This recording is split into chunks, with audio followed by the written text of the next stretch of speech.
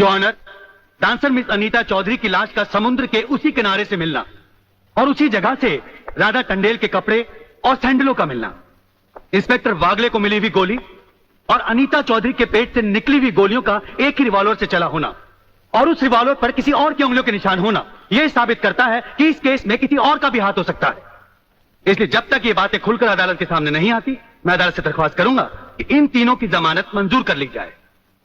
Your honour, मेरे फाजिल दोस्त ने बड़ी आसानी के साथ कह दिया कि इस केस में किसी चौधरी की लाश के पास संजय चौहान का पर्स भी मिला है। Your honour, miss Radha Tandel जिनके साथ बलात्कार हुआ, उन्होंने अस्पताल में पुलिस इंस्पेक्टर के सामने इन तीनों की शनाख्त की है। योर ऑनर, इसके अलावा डॉक्टर गुप्ता की रिपोर्ट मौजूद है। इन तमाम बातों से जाहिर है योर ऑनर कि रेप और मर्डर इन्हीं तीनों ने एक साथ मिलकर किया है।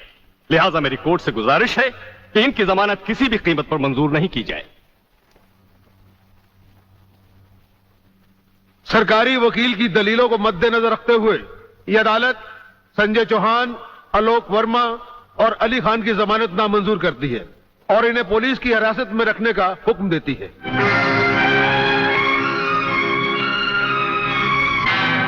योर ऑनर, मैं इंस्पेक्टर वागले इस केस की छानबीन मैं कर रहा हूं। अदालत से इस केस के बारे में कुछ कहने की इजाजत चाहता हूं। इजाजत है। Thank you sir.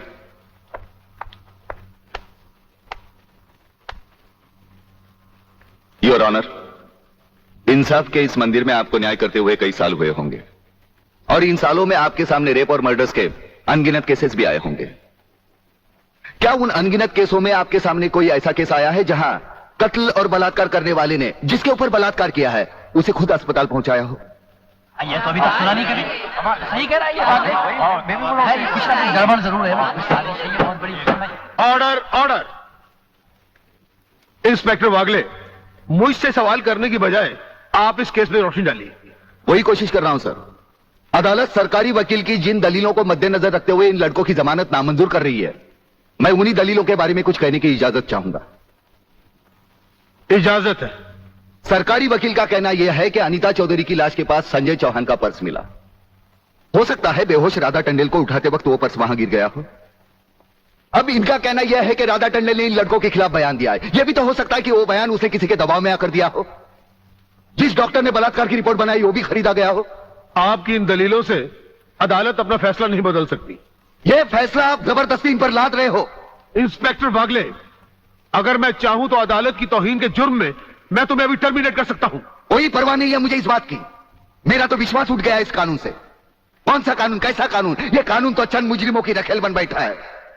इसलिए लोग अदालत का दरवाजा खटखटाने के बजाय गुंडों की चौखट चूमते हैं। Take him out of the court. अगर जिंदगी में किसी से रिश्वत ना ली हो तो ही मुझे हाथ लगाना।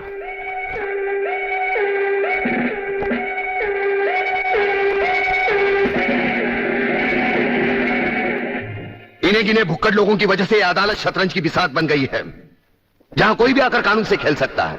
लेकिन इन खिलाड़ियों को अगर मैंने सच्चा कानून नहीं सिखाया तो मेरा नाम भी शिवाजीराव वागले नहीं।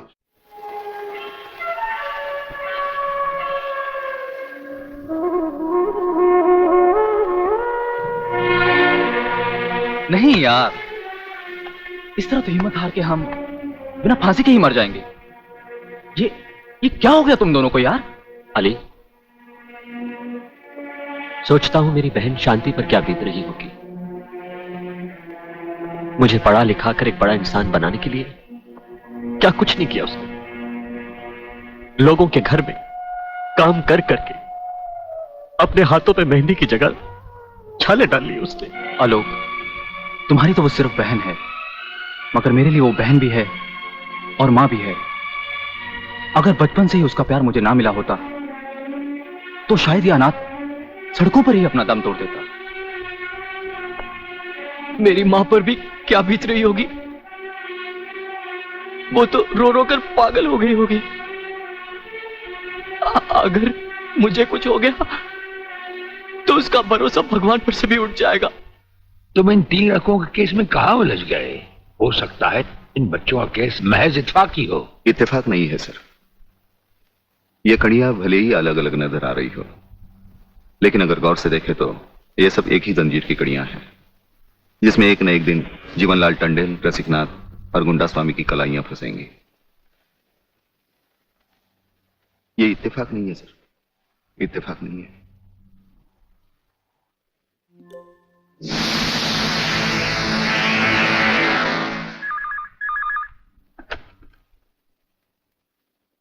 हेलो सर, मैं तुम्हारी आवाज अच्छी तरह पहचानता हूं जेलर। तुम वहां से कुछ नहीं बोलोगे, सिर्फ सुनो, क्योंकि जब से तुम्हारी जेल में सूर्यदेव सिंह आया है, तुम्हारी दीवारों के भी कान हो गए हैं। मुझे वागले और उसकी मीटिंग का पता चल चुका है। वो 3 लौंडों के केस की सीढ़ी बनाकर मुझ तक पहुंचे, उसके पहले उसकी सीढ़ी के हर डंडे को काटकर फेंक दूंगा मैं। सुनो जी। मुन्ना और उसके खतरनाक खूनी साथियों को आज रात को पुलिस की वर्दी में जेल से बाहर निकाल दो और उनको समझा दो पुलिस स्टेशन जाकर उन तीनों लड़कों का बिल आत्महत्या के नाम पर फाड़ दें।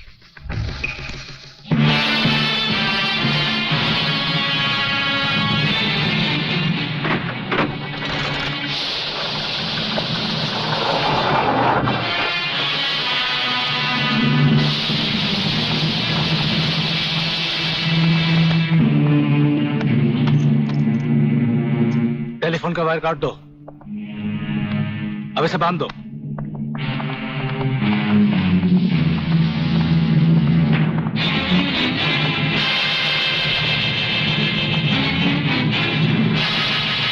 डरो मत, तुम्हारी जमानत हो चुकी है, हम लोग तुम्हें रिहा करने आए हैं।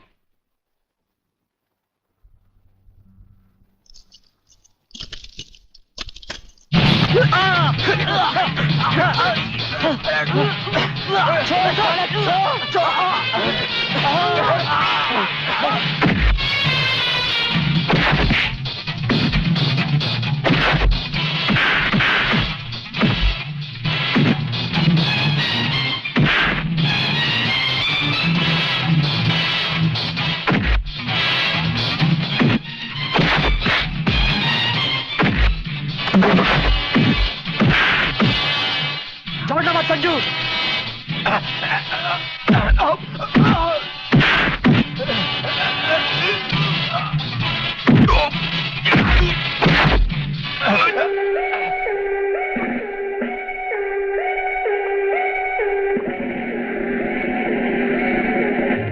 क्या बकते हो?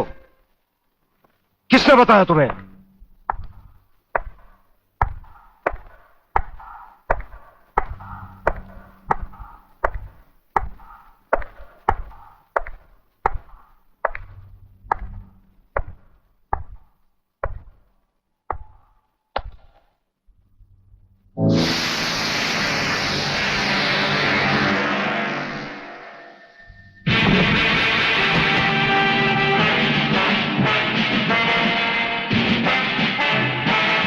कुछ ही देर पहले तुम जेल की कोठरी में बंद थे, फिर वहां से निकले कैसे?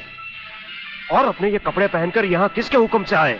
हम अपने हुक्म के खुद मालिक हैं। हम अपने हुक्म से ही अंदर आए थे और अपने ही हुक्म से बाहर चले जाएंगे। तुमसे अच्छी तरह मिल लेने के बाद। तुम्हें अच्छी तरह मालूम होना चाहिए कि तुम किसके सामने बैठे हो। हमें मालूम है, इसीलिए तो जूते तुम्हारे मुंह के सामने रखे हैं। तुम जैसे गद्दारों से हम नहीं, हमारे जूते ही मुंह लगाते हैं। सूर्यदेव सिंह! ब्रिगेडियर सूर्यदेव सिंह, भूल कैसे गए? हम आज भी ब्रिगेडियर हैं, कल भी ब्रिगेडियर थे। जेल में आना तो एक नाटक था तुम जैसे मुजरिम तक पहुंचने के लिए। और ये रहे तुम्हारे काम के कागज। ये हमारा रिहाई का ऑर्डर और ये है तुम्हारी गिरफ्तारी का वारंट।